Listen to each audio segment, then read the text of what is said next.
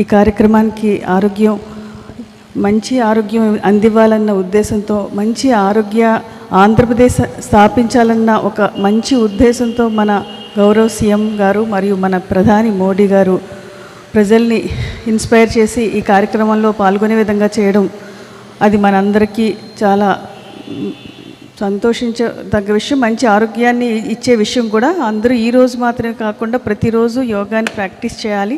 జీవితంలో యోగాని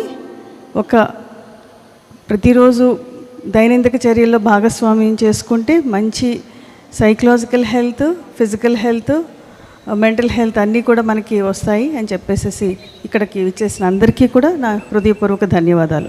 అంగన్వాడీ టీచర్స్ ఎందుకు రమ్మంటున్నామంటే, ఈ అంగన్వాడీ టీచర్స్ మళ్ళీ వాళ్ళు ఒక 50 మందికి చెప్తారు.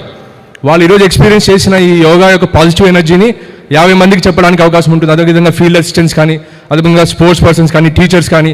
సో ఇలా గవర్నమెంట్, మన ముఖ్యమంత్రి వర్యులు ఆయన చెప్పిన ఉద్దేశం ఏంటంటే, గవర్నమెంట్ మిషనరీ యాక్టివ్గా ఇన్వాల్వ్ అయితే తప్ప ఇది ప్రజల్లోకి గట్టిగా వెళ్ళదు.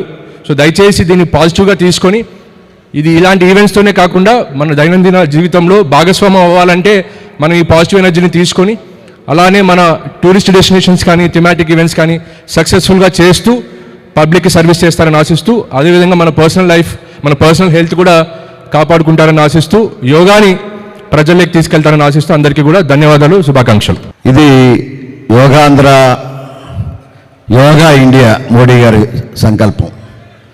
ఇది అంతర్జాతీయంగా మన దగ్గరే పుట్టింది, భారతదేశంలో పుట్టింది యోగా అనేది. దాంట్లో ప్రధాన భూమిక వహించాలనేది మన ముఖ్యమంత్రి చంద్రబాబు నాయుడు గారి యొక్క ఆలోచన. ఏదన్నా ఈ కార్యక్రమం ఆంధ్రప్రదేశ్లో ఎక్కడా లేని విధంగా ప్రజల్ని, విద్యార్థుల్ని, ఆఖరి గ్రామంలో ఉండే, పట్టణంలో ఉండే ప్రజలందరినీ, ఆఖరికి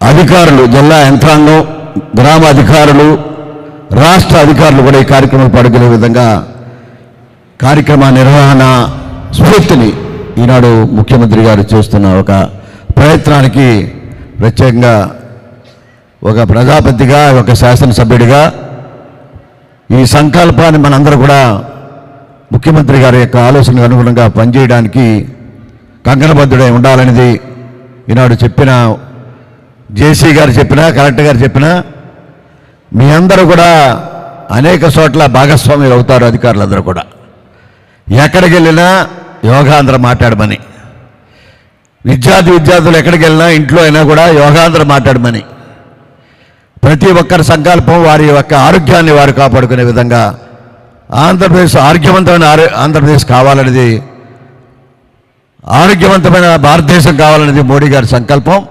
దీనికి అనుగుణంగా మనందరూ కూడా కార్యక్రమ నిర్వహణలో పాల్గొన్న ప్రతి ఒక్కరు కూడా నా తరపున, ప్రభుత్వం తరపున, మీ అధికారుల తరపున హృదయపూర్వక అభినందనలు, ధన్యవాదాలు అర్పించుకుంటున్నాను.